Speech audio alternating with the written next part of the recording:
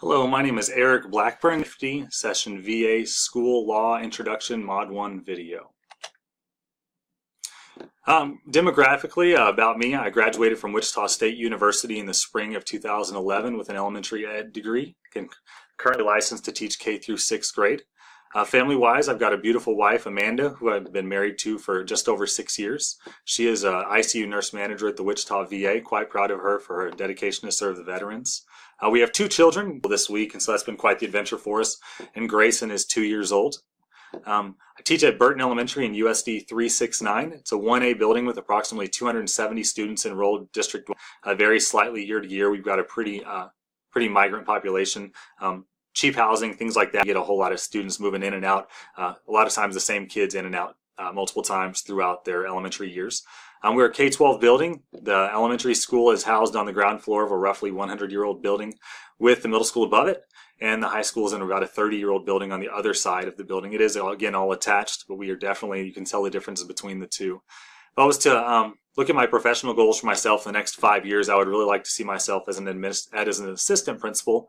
I think that would give me an opportunity to really get my feet wet in an administrative setting, but also have those above me that could provide me some great insight and some great guidance, really prepare me to be a principal on my own.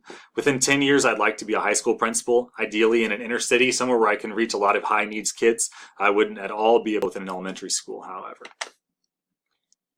If I was to provide a critical reflection of how my school administration provides knowledge of federal and state school laws as well as board policies, I would say that concerning 504 plans and IEPs, they do a wonderful job ensuring that everyone's informed of them.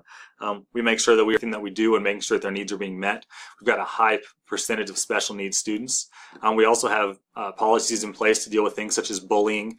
We have bullying contracts to ensure that they are respect. In the past, we've had extended day to ensure that all students are having their needs met.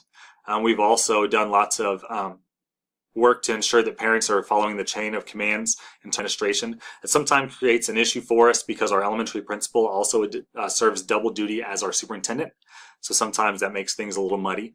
When it comes to safety, we are part of the ALICE training. Involves, instead of simply sheltering down in place in the event of a crisis, teachers would respond to possibly fight back, lock their doors down, or leave the building, whatever we deem necessary. We do lockdown training at the beginning of every year. When it comes to documentation, our district has a high expectations. Students are in discipline contact with a student. Teachers are expected to document that. Therefore, if we start to see a pattern, we've already got some of the groundwork done, as well as anytime there's a restraint of a student, there's going to be documentation. Of course, only students that are teachers that have been trained are going to be restraining students and only doing so as per their training.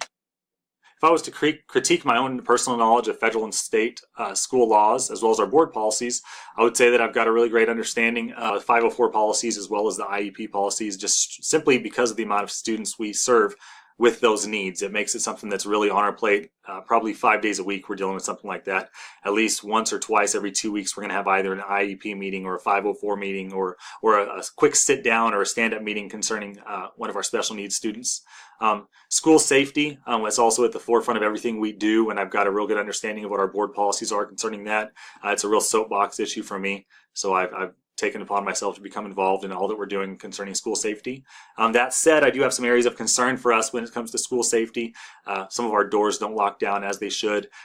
Some staff members aren't quite as vigilant as they probably ought to be in order to keep us all safe. But again, that's a learning opportunity. Propose in order to help improve or enhance our current knowledge of school law and board policies. I would say that I would make sure that whenever educating staff, that rather than it simply being a sit down and listen type of setting, that staff would have to be interactive in the training sessions. At the end of the training, they'd be responsible for turning something in to show what they've learned or what the trainings were covering. Also, in order to prefer safety, I would ensure that we can properly lock down our building. We've got locking doors and things of that nature. I would also want to make some changes to ensure that students are involved in our safety plans. That way they really are taking ownership of it and hopefully have a greater understanding of the need. All right, well, I hope everybody has a great semester, and good luck to you all.